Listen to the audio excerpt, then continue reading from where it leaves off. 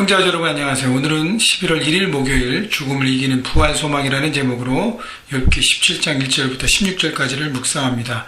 자, 이제 2012년 2달 남았습니다. 11월 첫날 시작합니다. 그동안 지난 2주 동안 제가 알러지 때문에 음성으로 클릭키트를 하지 못했는데 다시 이렇게 할 수 있도록 여러분 중보기도 해주시고 격려해 주셔서 감사합니다. 자, 17장 1절부터 오늘 볼 텐데요. 1절, 나의 기운이 쇠하였으며 나의 날이 다하였고 무덤이 나를 위하여 준비되었구나. 자, 욥이 자신의 상황을 고백하는 시간입니다. 그래서 나의 기운이 쇠하였다는 것은 영어 성경을 보면 나의 spirit is broken, 내 영이 이렇게 깨어졌다는 것이죠. 다시 얘기하면 내 영이 영적 밑바닥으로 내려가서 더 이상 이렇게 추스려서 뭔가 붙잡을 수 있는 하나님을 향한 마음과 그 하나님 주신 그 사랑을 붙잡고 그런 모든 마음이 깨어졌다는 거예요. 많은 것들 통해서.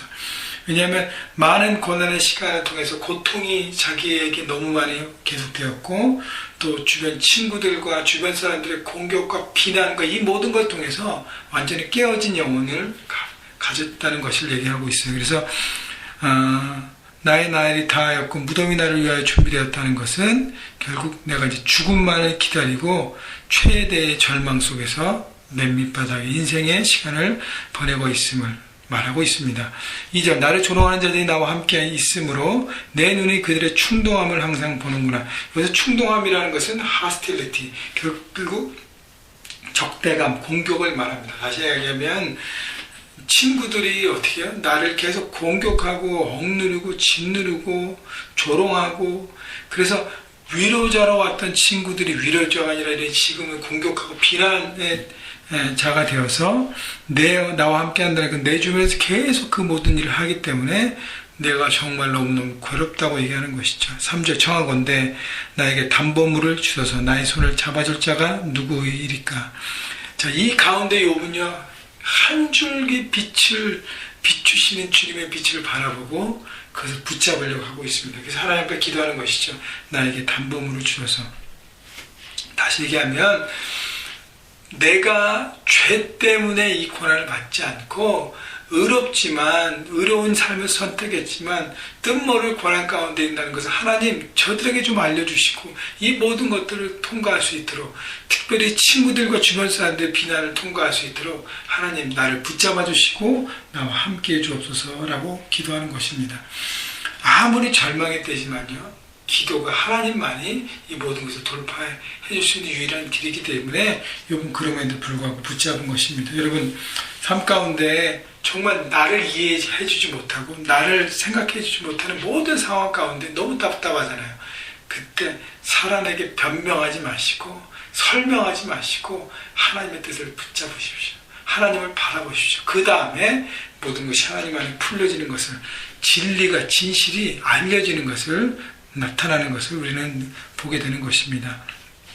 4절 5절, 주께서 그들의 마음을 가리어 깨닫지 못하게 하셨사오니 그들을 높이지 마소서.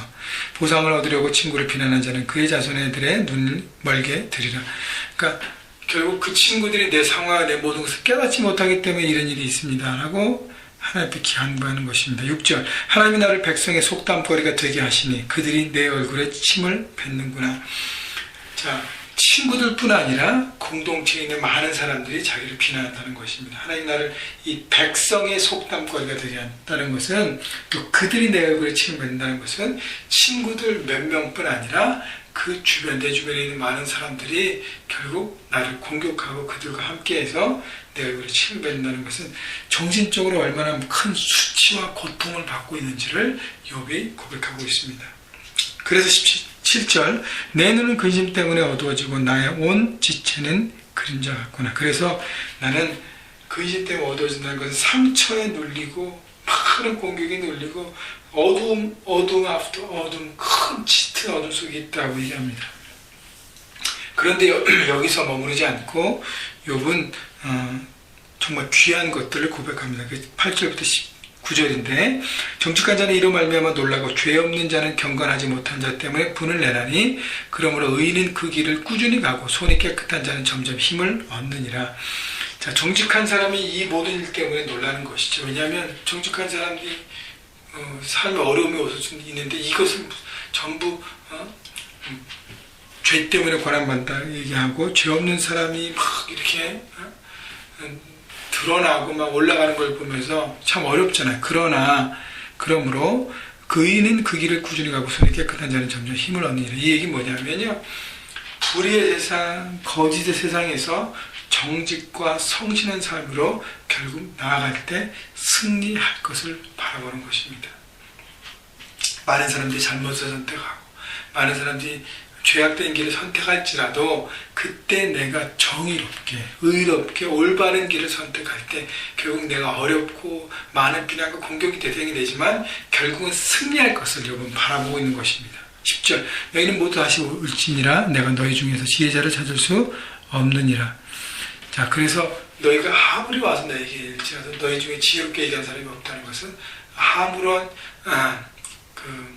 진리 가운데 말하지 않고 모든 것을 이해하고 전체를 품지 않고 그냥 소소의 그런 개념으로 하는 지혜롭지 못한 일들을 하고 있구나라고 얘기하는 것입니다.